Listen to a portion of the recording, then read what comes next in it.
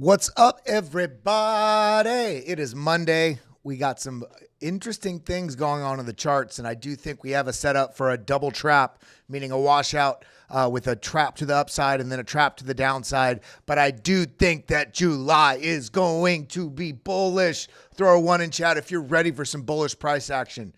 Throw a 2 in chat if it doesn't matter what the market does, you are ready and strapped in. Let's get into it. We got some charts to go over today. We got to talk about what's going on this week. We got to talk about what is going to push this market higher because we got some really bullish news. So everybody hit that like button. Let's get into it.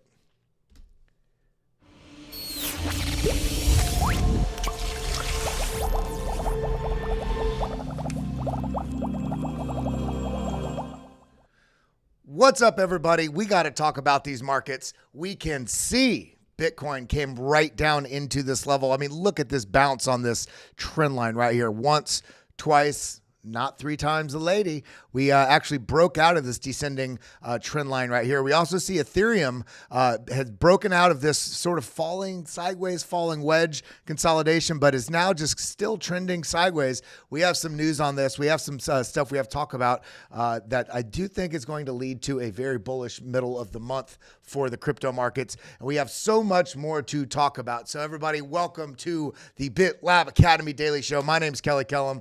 Welcome to the stream. I hope you're having a good day. I hope you're feeling good. I hope you're feeling grateful. Hope you're doing all right. See, Amy Lives Crypto, what's up? We got to get you on the channel. I messaged you the other day. We're going to get you on here. Make sure you all hit that like button, hit that subscribe button, and ding the bell. I got a haircut. My hair is feeling fresh today. We got to talk about what's going on in these markets. So let's dive in. How are you all doing? How are you feeling? How are you looking? Okay, just checking on my data here, make sure everything's good. Awesome. Well, let's talk about what's going on in this market because we see the price, or the market cap, I should say, of the crypto market has jumped back up. We're back here above 2.3 trillion, which is wonderful. Shout out Falca. How you doing? How you feeling? How you doing, Alexandra G? Tiggle, how you doing? Barbaric Puma. Donato Cabrera, we got the tribe in the house right now. But look at this. We're back up above 2.3. Is this going to be short-lived, or is this going to actually start running away? I'm okay. I'm okay if we don't get the double trap. I'm okay if it just goes up from here.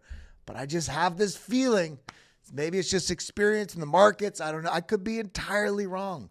But I get this feeling that we're going to see some of these things have this move up, have a little bit more of a move back down, and then get released to the upside. But we're going to look at that. We're going to be looking at these charts because we have some things we got to talk about today. Primarily right here, Ethereum ETF Dream on hold. SEC thumbs down applications. Essentially, they sent back the S1s with a couple notes, and it looks like it might be pushing in obviously past July 4th, but likely into that around July 8th timeframe that we're looking at. Eric Baltunas here says, unfortunately, we are going to have to push back our over and under till after the holidays. Sounds like SEC took extra time to get back to people this week, although again, very light tweaks. So it looks like July 8th is going to be that thing we're looking for. We got a lot of other news also. This isn't necessarily bearish. It just means it's delayed as to when that ETH spot ETF is actually going to get approved. I mean, it's got approved, but the final documentation in the forms approval to actually be traded live. But we're seeing some really other beautiful things. 105 billion market electronics, basically electronics giant Sony launching a Bitcoin exchange. And as Joshua Jake pointed out on Discover Crypto, there's a very little chance, if any chance, that they're going to be doing this without also layering in and pulling in some Bitcoin onto, and other crypto potential as well, maybe Bitcoin and ETH, maybe some altcoins, we'll have to see, but onto their balance sheet. So this is actually a very bullish foray into the crypto ecosystem from a major international corporation. This is very bullish news. It's not going to have an immediate impact on price, but what we're doing right now, what we all need to realize, what is happening in this market. When you see these big news stories, you're like, why didn't it do something to the price right now? We need to look a little further out, because what this means is we're building the building blocks. It's kind of like if you see somebody going to the store, Home Depot and they buy a bunch of wood, they buy some nails, they buy a schematic to how to build a deck on the back of their house. You're seeing all the building blocks and all the things that need to be done for that deck to be built. Then if you follow them home from Home Depot to their house, and the second they get out of the car, you say, you don't have a deck. It's like, yeah, no shit. I've just been buying all the things. I've been getting all the things in order so that I can build that deck. That's the same thing that's happening right now for this bull run that we're also, I mean, let's be honest, we want this to rip. So many people want this to rip, and all the building blocks for an incredible bullish price action, explosion of the upside, all the fundamental things that we need to see for that to happen have been slowly just been stacking and stacking and stacking with the Bitcoin spot ETFs, giving more regulatory clarity there, the Ethereum spot ETF approval, the amount of capital inflow we've seen in the institutions and corporations being absolutely going bananas with all their buys within the first quarter for the Bitcoin spot ETF.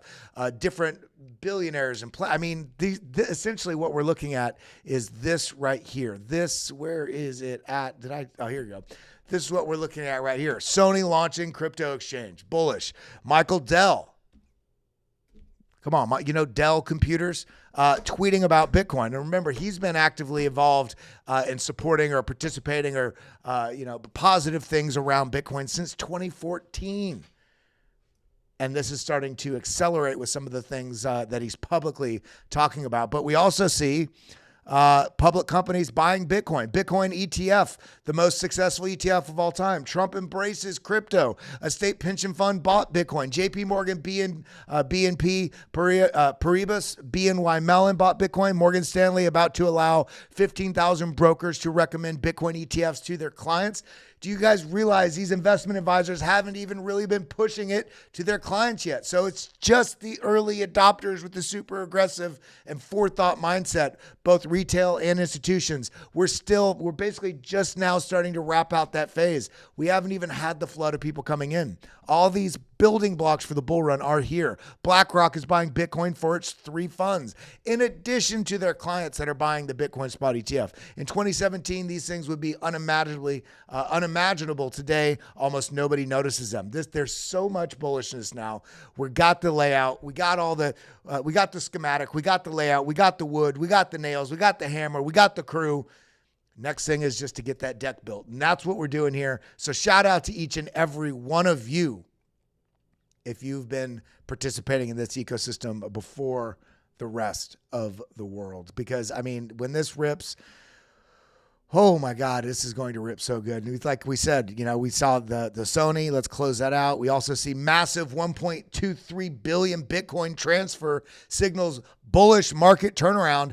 This does not mean it's just going to go up and away from here, but this is another one of those building blocks we can see right here. Bitcoin recently experienced a substantial transfer of $1.23 billion worth of Bitcoin into, and this is the important part, accumulation addresses. By on-chain metrics we can utilize in Bitcoin. This is one of the reasons why I love Bitcoin and digital assets. We can see the behavioral activity of different types of wallet addresses based on the size of the wallet, meaning how much Bitcoin is in there, but also what happens with Bitcoin once it's put in this specific wallet. I can see, is this a wallet that tends to basically buy and move it back to exchange and trade? Or is this a type of wallet that once money goes in there, once Bitcoin goes in there, it tends to hold for a long duration of time? So $1.23 billion moved into those wallet addresses that hold.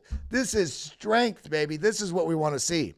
And this happened in a single day. Crypto analyst Ali, we share a lot of Ali's charts here on BitLab here, noted the shift, highlighting the significance of this movement amid broader market turndown. This action suggests a long-term bullish sentiment despite Bitcoin's recent price drop. This is what we want to see. We also see CoinShares notes a potential sentiment turn for Bitcoin despite ETF's outflow streak. If we actually come over here, let's go to Bitcoin strategy platform.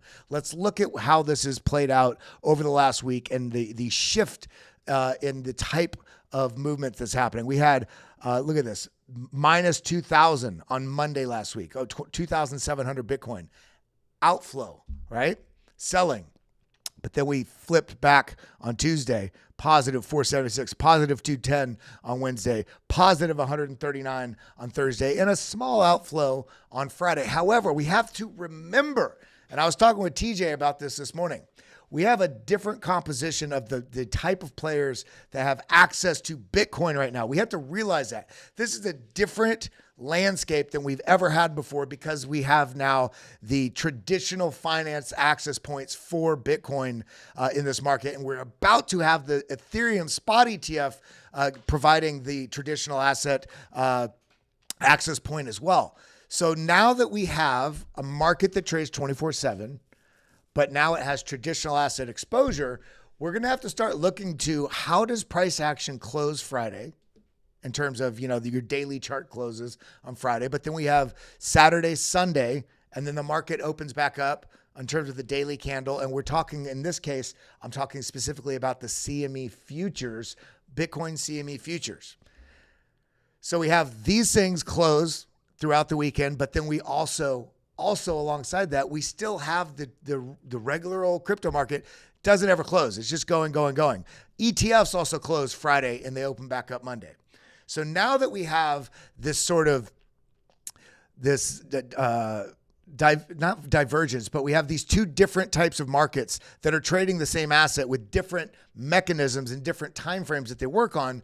If we have let's say bullish or bearish price action throughout the weekend on the 24/7 crypto market, is that also it's going to be interesting to see today, for instance, and then tomorrow over the next two days. How does the ETF market, clients, investors, etc., does that spur a lot of buying on Monday, on Tuesday? Or is this also going to be something that we need to take into broader context with all this other news? So shout out Scooter says anyone else in Blast just launched on Coinbase a few days ago. I'm not in Blast, but I hear good things about it. Crypto Stevo says, I'm neutral on Blast. Just too many ETH layer 2s. There's so many ETH layer 2s, but I do know DZ likes Blast a lot. He actually, and Taco does as well. So shout out for anybody that's in Blast. Maybe we'll look at Blast in a little bit. So let's go ahead and continue on here. Let's look at what we want to look at when we're looking at the market. Again, this is what we're seeing right here. This is that negative flow. This is hanging on right by a thread with this little dip, but we have some charts that show that, we got a little bit of a pump. Is the worst over? Is this pump a little bit of a trap? Are we going to get that sell off? Because there's some major news today we have to cover and some considerations about the feeling about what's happening in the market right now. So everybody, got 187 people in the room. Hit that like button. Join us here. Make sure that you ding that bell and subscribe to the channel. We are, I think, one of the most positive communities here in crypto. But let's continue talking about this. So sentiment shift that we're talking about in the market. And here we're seeing the spot Bitcoin ETF flows. We had all this outflow, also rotation out of grayscale. We can see this is the grayscale negative flows. That's also subsided. So we can see this has gone relatively flat now with the grayscale outflows. The only thing that's different now is what are we going to see when we see inflows come back in a big way, now that we also don't have the GBTC outflows. And we haven't had the retail influx of just mass buying with everybody on world stages talking about Bitcoin. I mean, I am so bullish right now. It's hard to even it's hard to even discuss how bullish I am. So Michael Dell's bullish Bitcoin stance renews interest in King Crypto, which is Bitcoin. Here's how much you'd have if you invested at 1,000 in Bitcoin 2 years ago compared to that. That's kind of irrelevant. I don't want to compare Bitcoin to Dell. In this case, Michael Dell. This is very important. I got a chart I'm going to show you here in a second. We'll get to that in a moment. I just want to go through some of these headlines that are giving us context about what's going on in the market right now. You know what? Alexander G says, I like GRT. I think GRT is going to be a very, very good performer in this coming bull market. But looking here, Bitcoin's bumpy ride. What lies ahead for Bitcoin in Q3? Let's see, blah, blah, blah, blah, blah. This decline comes after a strong start to 2024. We had that huge, like very, very good start on the price action, which saw many bullish predictions of Bitcoin reaching 100,000 by year end. However, relentless selling pressure in April. Remember, we had the Bitcoin halving April 19th. So pressure in April and June interrupted only by a brief bounce. May has left Bitcoin struggling to stay above 60. As the quarter ends, one analyst believes that more pain could be in store for Bitcoin. Well, I think we're going to have a lot of some choppy behavior, but I do think going into the middle of July, I think we're actually going to resolve quite bullish. We're going to be looking at some charts here in a second. I'm going to be showing you some levels. We're going to be looking at Bitcoin, Ethereum, some of your favorite altcoins. So stick with us here. Let's just remember, as bullish as I am, we also have Mt. Gox's $9 billion repayment begins today. So we're going to start to see very quickly how much sell pressure actually comes in. It's going to be interesting to see how they roll this out, how quick it is, or if it's going to be something that's painfully slow like we've seen with Celsius and et cetera. Bitcoin price went up slightly to around 63,350, but the market remains cautious. It's going to take a second for that bullish narrative to really kick back into gear without a big jolt from some sort of super positive story. Alex Green, are we doing 100 likes for a hat? Yeah, 100 likes. If we get 100 likes, we'll do some Arculus swag. If we do 150 likes, we'll do 2, and we'll do a random draw. Let's see. A looming event threatens to throw crypto market back into turmoil. What is it? And will it sink? And all this Mt. Gox FUD. I mean, let's just get this over with. I don't care about Mt. Gox, but the market sentiment is still going to bring that up. If you're not following or watching here, because this is streamed to multiple spots, and also anybody that is listening, this is also put out on Spotify, Apple Music, Amazon. If you're listening, any of those podcast syndications of this, big shout out to you. Make sure you head over to youtube.com/@BitLab Academy. Give us a follow. We're up here rounding out almost 53,000 subs in about a year and a half. Big love to everybody that's a part of that. Let's go through some of this data. Here we go. Minor selling pressure looks like it is starting to diminish. So we're questioning, that the lack of flows, the lack of huge bullishness that we saw in May into June might be subsiding now that after we've hit this previous all-time high and just been consolidating to the slight downward angle. We are now starting to see minor capitulation has reached levels comparable to blah, blah, blah, December. But we're seeing not only that this is similar to FTX, but we're also seeing that that sell pressure is starting to diminish. In addition to this, we just closed the quarter. And in addition to closing the quarter, it's the first half of the year is in the books. And from Didi Taihutu, you all might remember that I have interviewed him a couple times here on the channel. Brilliant guy in the space. And he also just shared this chart. This was the highest 6-month candle close ever in the history of Bitcoin. So these are 6-month candles. This is what we're seeing. When you look at this is just rise, retrace, continuation. And we look at how high this candle closed. Just absolute bullishness in terms of the setup. And then let's go ahead and close that out. And we talked about that. This is why the Michael Dell thing is so important. We're talking about capital. We're talking about capital here, and we see Tim B says he hopes. Let me put this up here. Says he hopes Bitcoin's price. BitLab's.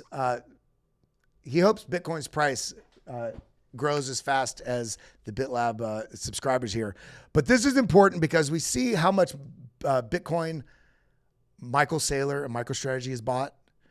We also see, this is actually, we're looking at basically the net worth. And this has gone up exponentially since Michael Saylor got heavily involved in Bitcoin. But look at the net worth of Michael Dell, up in the near $100 billion range.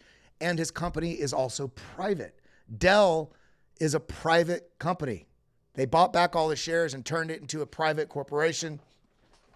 And, he's been very vocal about Bitcoin.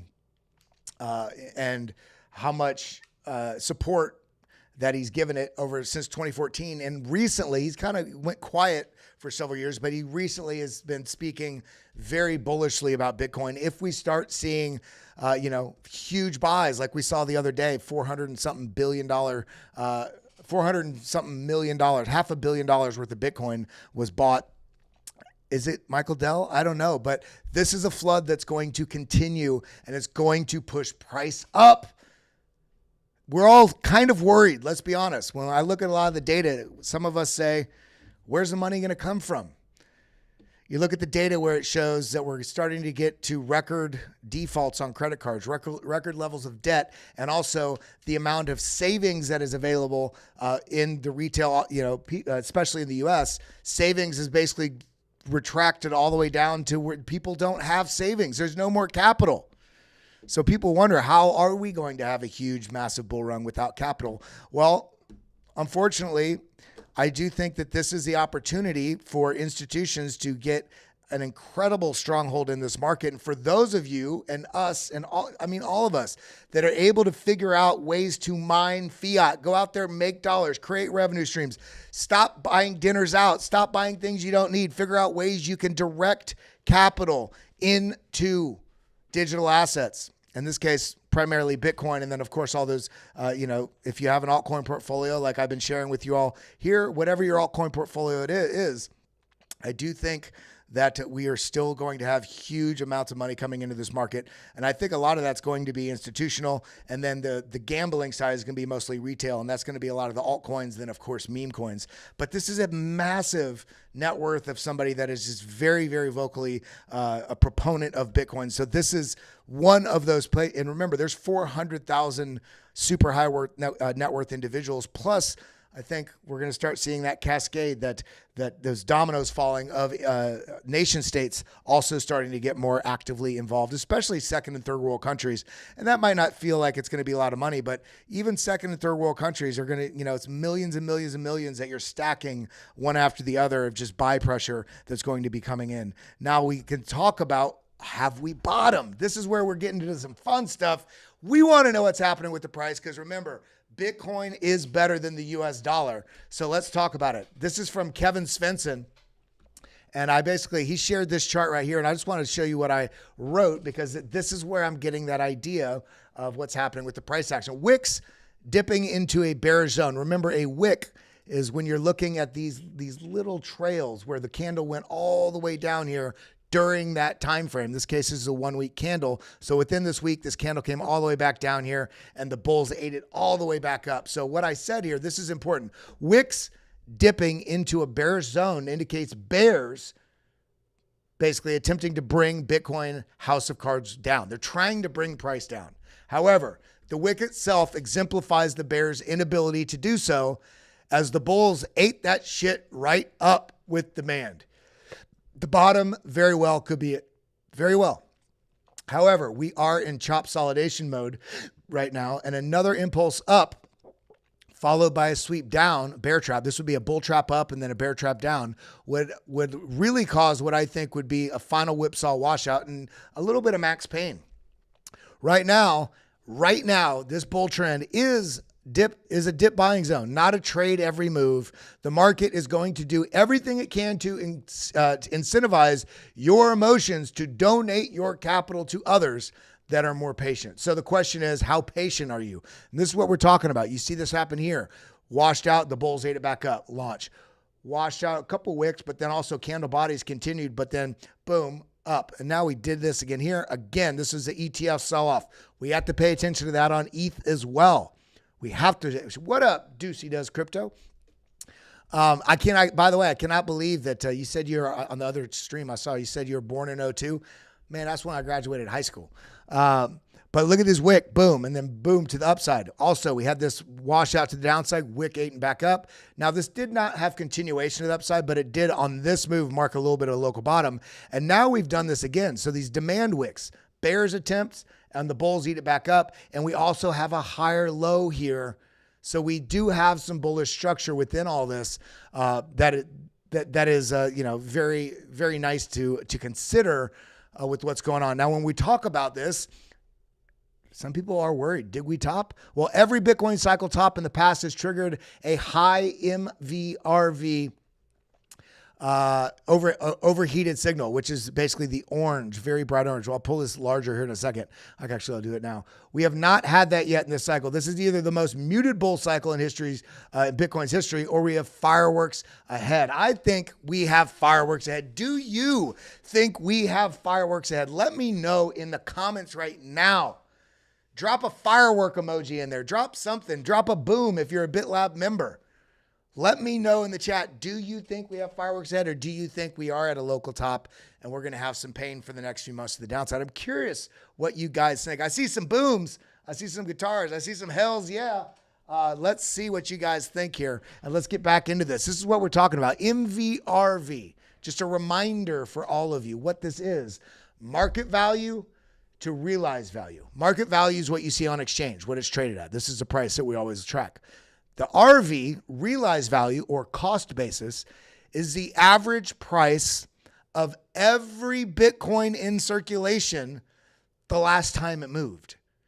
So the reason why this tends to be lower is because you have coins that are held from way lower. And then as those coins are sold into profit, some at a loss, but if you're selling an old coin, you're likely selling it in profit, right? If you're selling a coin from 2011, 2012, 2015, 2017, etc., you're selling it in profit. So as that coin moves, then it moves the average of, it contributes to the average on the upside. So what you're seeing is a split. The MVRV is measuring the distance that this market value that's trading from the average price of every coin on network the last time it moved.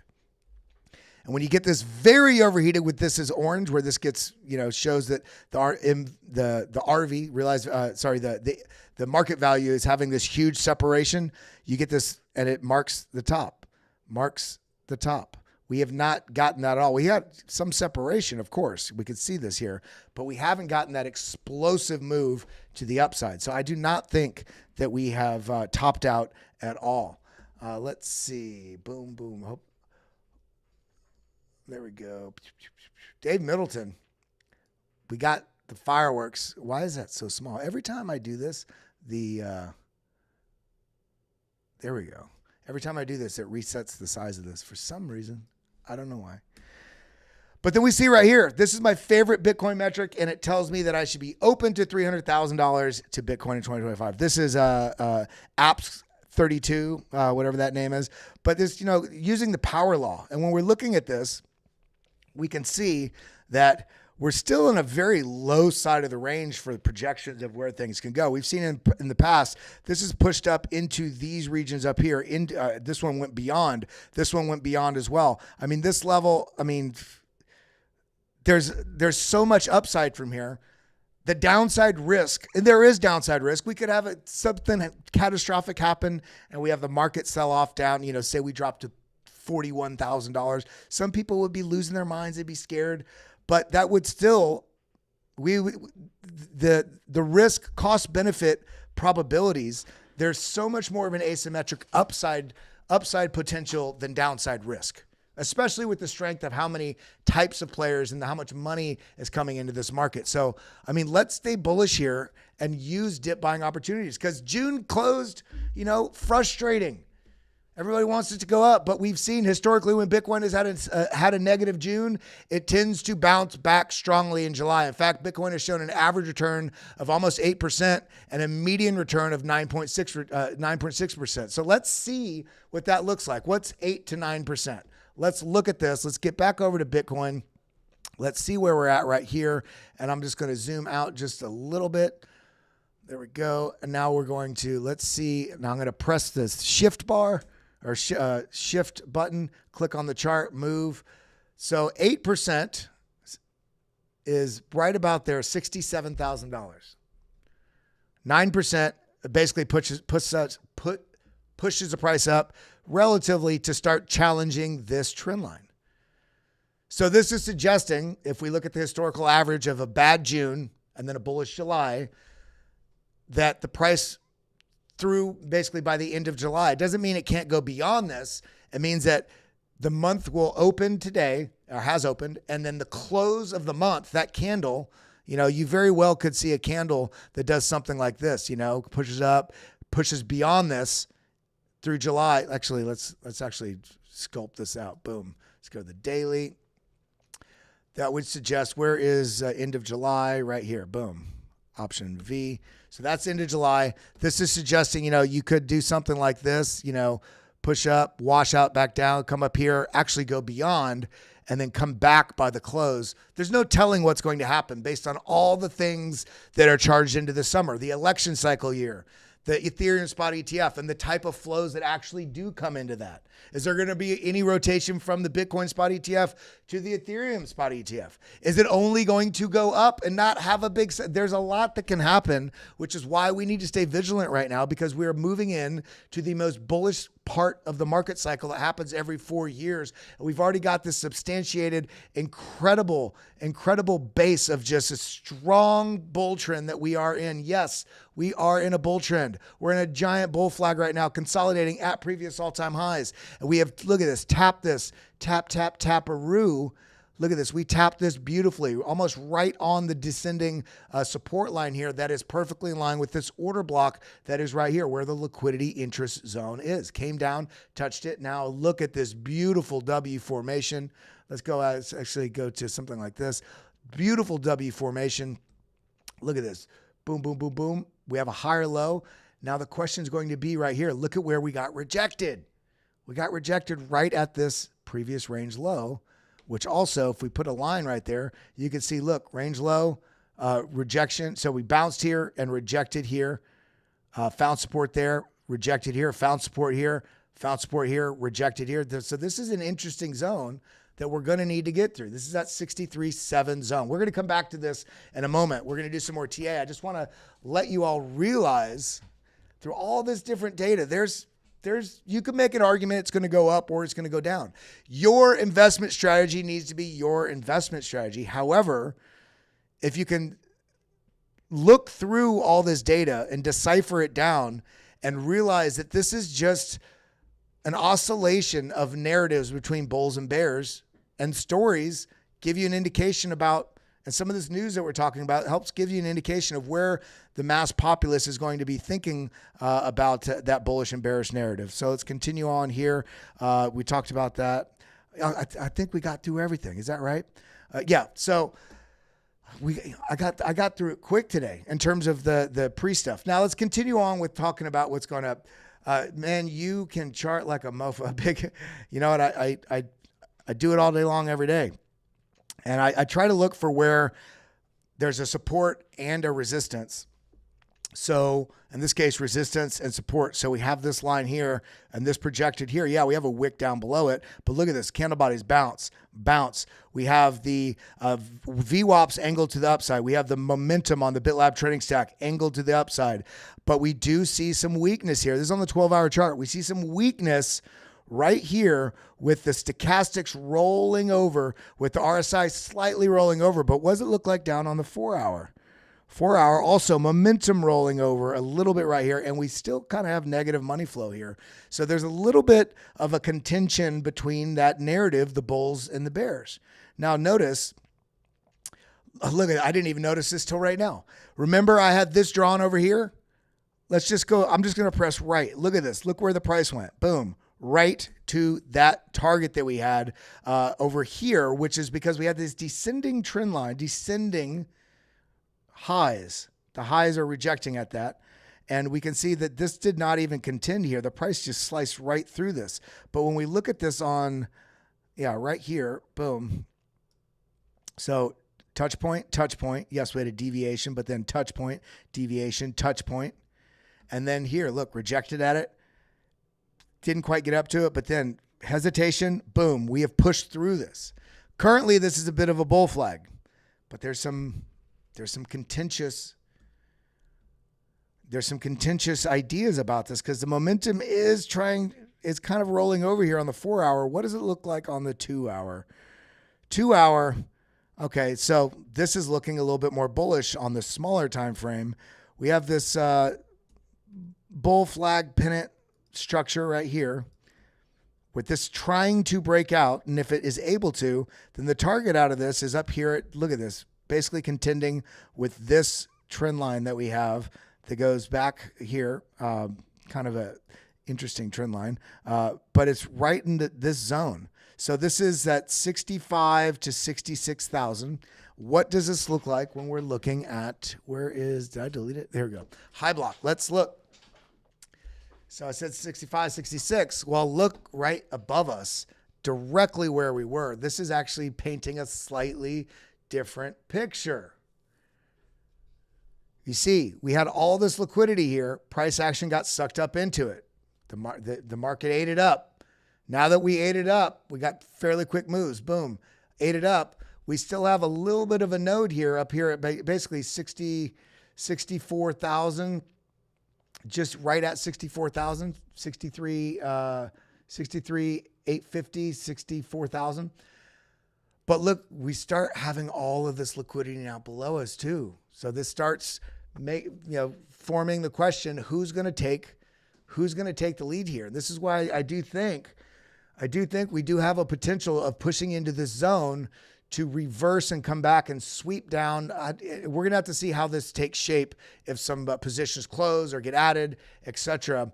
If the price action does move back up into the zone. But as it stands right now, we cleared all this liquidity, but now we have this huge hot zone back down here, basically 58.5 up to $59,000. So there is a little bit of a story to be had here. Let's look at Velo data, velodata.app.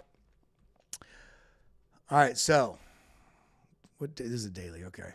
So we got the move back up, and look at this, we still have a lot of shorts. So this is a feather for the bulls, because we have a lot of shorts here, and the open interest is rising into this. I think the market may want to wreck those shorts. So where is my boom? Right here. So if we do push up here to this 64,000 zone, which is essentially this previous range top right here, also this level back here, if we are able to clear that, I think the price action will likely move fairly quickly up here into the $65,000, $66,000 range. But we're going to want to see some money actually coming in. We see the RSI is already angled up. Stochastics have not yet bottomed, but they look like they're trying to roll over. Let's look at it on the 1 hour. Yeah, so stochastics on the 1 hour have already bottomed. They look like this to me looks like it's going to try and take the sweep to the upside. I'm bullish on this move. Now, what does it look like for the rest of the markets? We got some other things in here. Remember, we're still in that summer correction. I forgot to share this. Very similar. Summer correction 2023, where we had the push up, rollover, formed a base, and then we consolidated for a little bit of time and then moved up. How much time was that? Let's just get an idea so we get some sort of idea if we are repeating something similar at all. This was, look at that, 58 days sideways before we had to move to the upside. So we had the quick move down, up, bleed down, up, dropped, and then we had the consolidation sideways, accumulation before the move to the upside. So if we look at this right now, this was that bleed down, up. This was also a bleed down. So we may not get, we still have, this much time all the way, 63 bars, and we're still, at that point, we'd still be kind of coming in somewhere. Let's turn off the 60, somewhere near the apex is 90 bars. That's almost 3 months that we could realistically chop in this zone, and that would screw everybody up. The question is going to be, as the price action pushes up into this zone, if everybody's going long, that's why I always look at this chart. If price action pushes up into this zone, this is the same chart, this is Bitcoin. Okay, come on.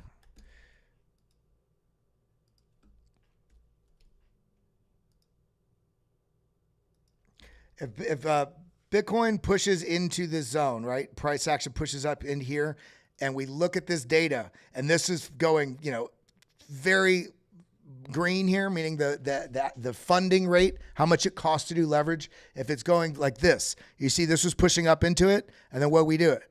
We reversed. So we're going to want to pay attention to this as this plays out. Let's not get super excited just because we go from 63 up here to 60, 65, 66. And then we're like, oh my God, we're back at 69.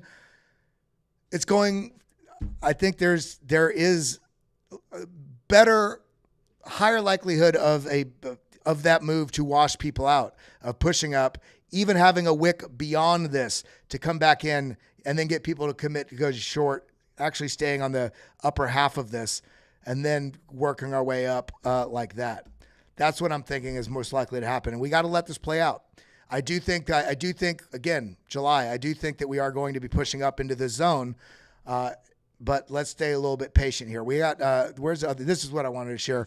Remember we were talking about the gaps earlier? 30 more likes. Show some love. We'll give away some swag. Where is my mouse? 187 people in the room, 69 likes. It's funny that it's stuck on that number, but here we go. Remember we were talking about the gaps?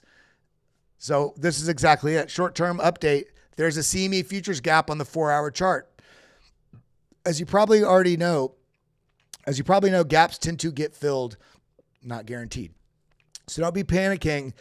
If you see a pullback occurring, it's just usual price action after the weekend. So this is what I was talking about. So this is the CME Futures. It closes on Friday. CME Futures Bitcoin, right? It closed on Friday. The price action moved up throughout the weekend. So when the CME Futures opened, it opened with the gap. These tend to get filled. So this is exactly what I was talking about. Even if we get a little bit more of a push up today, maybe even all week, there's a good case to be made for price action to come back and fill this gap. So we're going to need to pay attention to that. Now, the last thing I wanted to show here, because we got to talk about altcoins, is this is incredibly bullish for altcoins.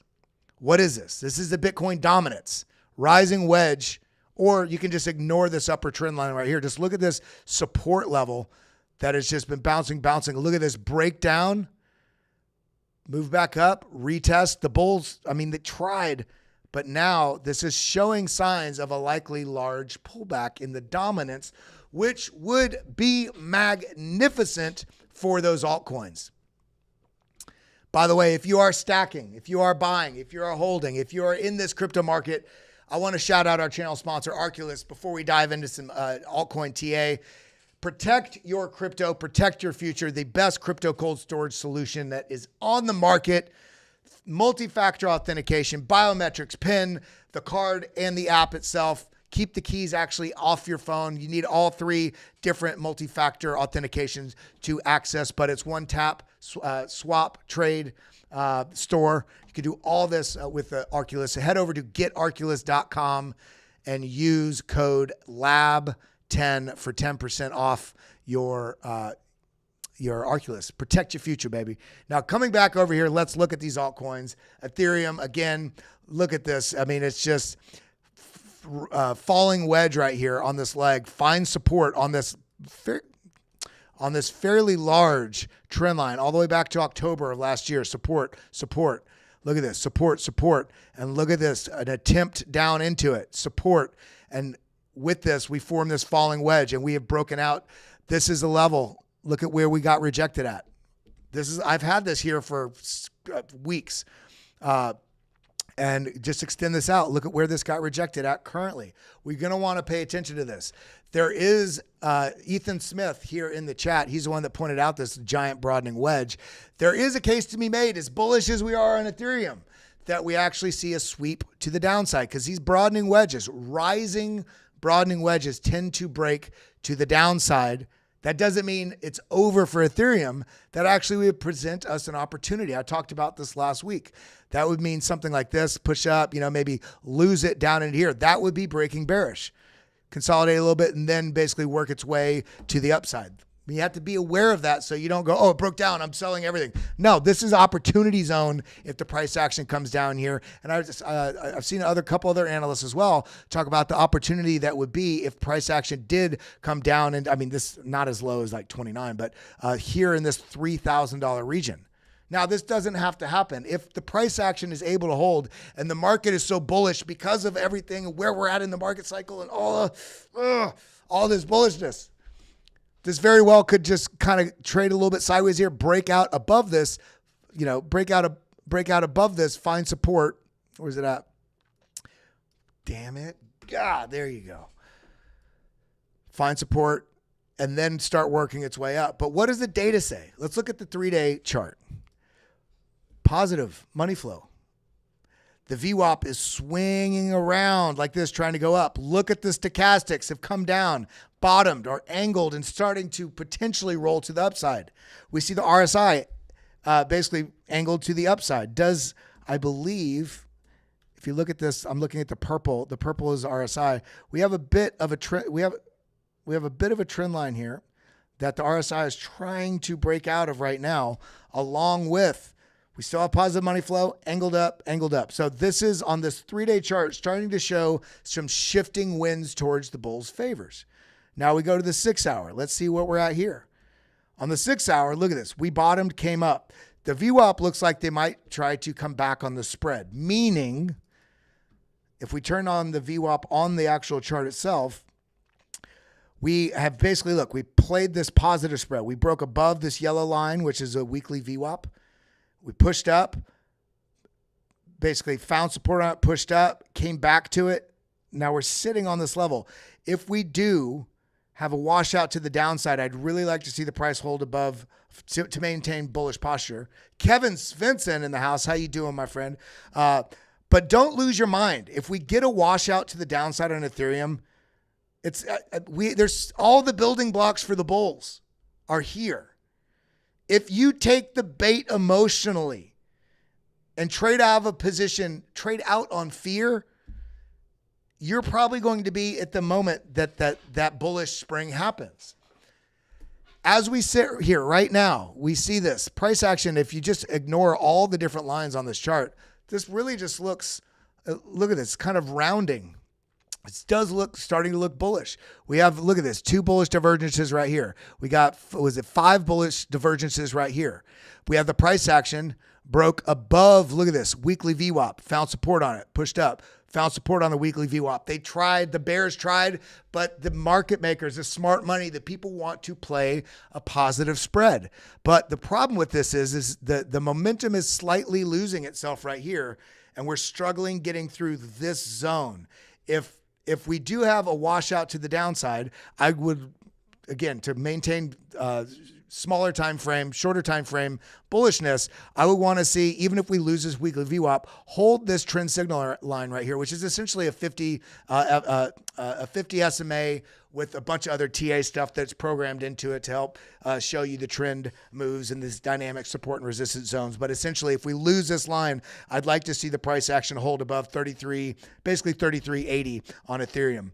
That would, essentially likely be a washout if we hold that and then continue to the upside. That would maintain this rounding sort of reversal structure. And also look at these momentum waves, massive, smaller, massive, smaller. If this can continue pushing up and we could take out this level right in here, 3,500 to 3,600, then I do think that this will likely be making that move to the upside. But remember, the thumbnail on this stream was double trap. I do think there's a possibility on both Bitcoin and Ethereum to get people excited one last time, get everybody committed with all, you see all the leverage, you get this positive premium, start flipping, going up, open interest going up. Oh, they want to catch the move because everybody says it's so bullish and I don't want to miss it.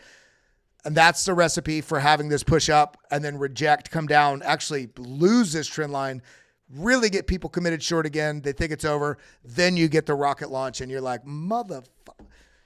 You do not need to pay attention to your emotions other than let them be a signal that somebody that doesn't have a strategy to manage their emotions is going to trade those. You're still going to have emotions. You just need to learn not to act on them in the charts. You let your emotions be a signal to what other traders might be feeling also, and ask, how can I take advantage of this market and not let this market take advantage of me? Let's look at Solana. Solana's been in the news a lot with all this data, with all the Solana ETF applications. We had the broadening wedge here, came right down into this sort of trend line area region. It's not really a fixed zone, but broadening wedge breaks out above it, comes right into this zone. And by the way, I just want to let you all know on the BitLab trading stack, this form here, this intelligence, I want you to notice, see this line right here, this yellow line that pops out? You can also see, you can see it also right here. See this yellow line? These are when there's very high liquidity zones. When you have high, like in this case, this was on the downside. We had a lot of sell pressure, which is why this candle is purple. A lot of selling. Then we had stopping volume. This creates this line. This tells you this is a liquidity interest area, and this projects out until you have that again. So what happens is, as the price is pushing up, you can say, okay, I'm watching for this last high liquidity area where stopping volume came in. And so what happens is, look, we break out, price goes straight to it, then we have stopping volume and it sends it the other way. And we get the bounce, the flipping of this previous resistance to support. Now price action comes back. Where did it come back to? Look, right to that zone of where that liquidity interest is, this yellow line.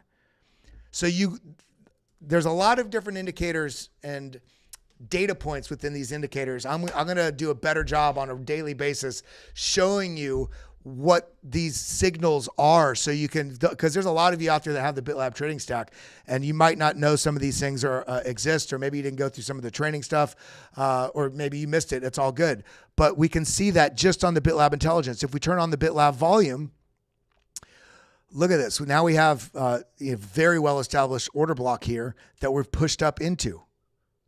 So this is substantiating this liquidity interest zone right here. And again, we have a lower high right here. If we do pull back, I'd be wanting to, hold above 137, 140. But I'm leaning more bullish on Solana than bearish. I think if we have any move to the downside, I think this will be more trappy. But we're watching for a break of 154, 153 region. The next level up will be right up into this liquidity area in the 160s, mid 160s. But ultimately, what we're really watching for, let's be honest, we want this shit to rip. How many of you out there hold Solana? Kevin Svensson in the chat, also master analyst and been in the market forever. Are you a Solana holder or trader, Kevin? But what we're really watching for, what we all want, let's go out to the daily. What we all want is this zone right here to break, and we want to see price action break 190, break this high here, 215. We want to get past this previous all-time high, 255 region, and see this where a lot of people think this is going to be in that $1,000 range, $1,000 or beyond. Happy birthday. 40 is the new 20, so you're only 17. Wait, who's happy birthday, Dave Middleton. Shout out. 37. That's a good age, man. Yeah. So Solana is shaping up. If we get any positive movement on it, especially those ETFs, I want you all to realize those are applications. Remember, it took 7 or 8, longer than that, 7 or 8 months for the Bitcoin spot ETFs to get rolled through. Ethereum, they didn't just put those applications in, a month or two ago. These were in prior to the Bitcoin spot ETF approvals. So it's going to take some time for that. And we might have a little bit of that speculative push up that we're seeing right now.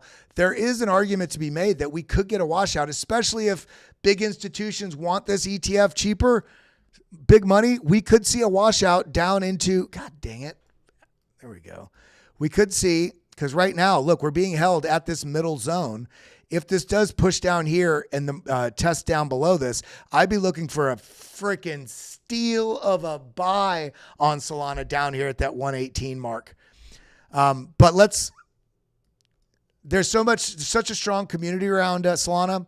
I would argue that would be, that would be a steal of a buy, because I don't think it's super likely for this to happen unless we get a bigger market pullback. I favored AVAX over Sol. Shout out, Kevin. I'm not a Solana person. I'm not hating on it for any of you out there that buy it. It's just something, I don't know why, something in me, I just can't get behind it. It's kind of like, sports teams. Sometimes you're like, yeah, they have good players, but I don't like that team. I feel the same way about Solana. I love me some AVAX, though. It's one of my larger positions. So shout out Kev for that. There, I figured ADA over Sol, so that was a better move. Yeah. So, well, hey, let's look at Cardano. Let's look at Cardano. We haven't looked at this bad boy in a while. Cardano. Basically, let's turn off too many, and I like to turn these indicators on one at a time. So we look at this. I mean, we telegraphed this with this head and shoulders here. We talked about that move to the downside. That's why we drew this box. Look where price went. Boom, right into this box. Then we have this sort of descending triangle, meaning descending level of resistance, flat level of support. We talked about this over here. I said, man, this might be signaling a breakdown. Well, boom, we got the breakdown. Where'd it go? It went right to the line that we drew, which is basically the center of this chop zone right in here, which also correlates with the high here and the high here, center of the chop zone. Where did the price go? Cardano came right into the zone. Now it's looking like it's trying to inch its way back up. This momentum wave has rolled all the way over, coming right back up in here. We have all this green on the BitLab trading stack here. This is showing basically there's a lot of bullish stances on the different metrics within the BitLab trend fuel down here, this oscillator at the bottom. And we have broken out of this, sort of trend line here that had a lot of deviations here. We have broken above it, but we're currently fighting the weight of this previous range low right here. Boom.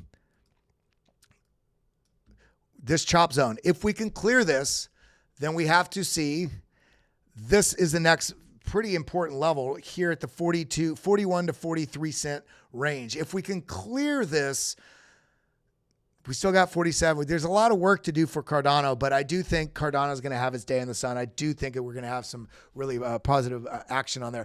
By the way, I do want to shout out this weekend. I don't know why it didn't get very many views. I did about a 12-minute video. This video right here. I'd love it if you guys went and watched this. This is I talked about Centrifuge in this, which is a real world asset tokenization play that allows people to, I'm not saying I want you guys to do this, but the asset itself, Centrifuge, they allow people to basically use your real world assets like real estate, business ownings, invoices, a lot of different things. You can tokenize, you can collateralize your stuff and basically be your own bank. Take collateral value out of different things you own in the real world, all done through on-chain. And it's, I basically broke down a lot of stuff that they're doing in there. It's make sure you go give that a watch. It's one of those assets in the Polkadot ecosystem that I think is, I was just looking through different things. I was like, this is badass. So I did a video for y'all. Go give that a view, drop some comments in there. You also help and support the channel when you do that. So I do appreciate that. And at Cardano, I worry that this may have another bit of a drop if the market falters, and I think it would be probably a final washout down here into the 34 cent range. But here's hoping. I mean, the signals are suggesting this wants to knock on this door, and if we can knock on this door and have a minimal rejection, meaning coming up here, testing this area of support, then breaking through, working on this, a little consolidation likely, and then move to the upside. But you know what's another sleeper out there? MATIC, I think when it rips, I think this is more of a deviation than anything. I'd like to see this push up here, find support, and then continue. If we do lose this, we could have a final washout back here in the 50 cent range, which I think, the lower 50s, which would be great. If we have a catastrophic failure or something in the larger market, meaning everything's falling, I'd be looking for a dream opportunity down here at 39. But I do think that this more likely than not will resolve to the upside because a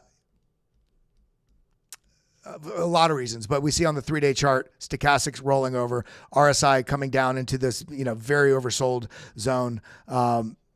We just need to see some money flow. There's lack of interest right now for whatever reason. There's just so many different things going on in the space.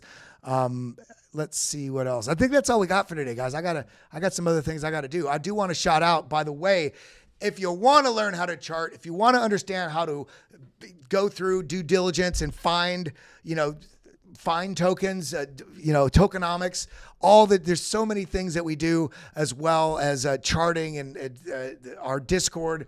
Head over to lab.bitlabacademy.com/deal. That's the link right there. Head over to this page, click this button. You can join for 15 days for free. Then you can cancel anytime after that if you want, but it's super ridiculously low pricing.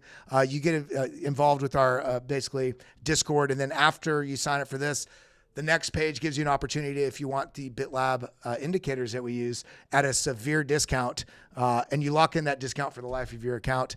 That's right there, lab.bitlabacademy.com/deal. It is pinned in the top of the live comments there on the live chat. Again, that's lab.bitlabacademy.com/deal.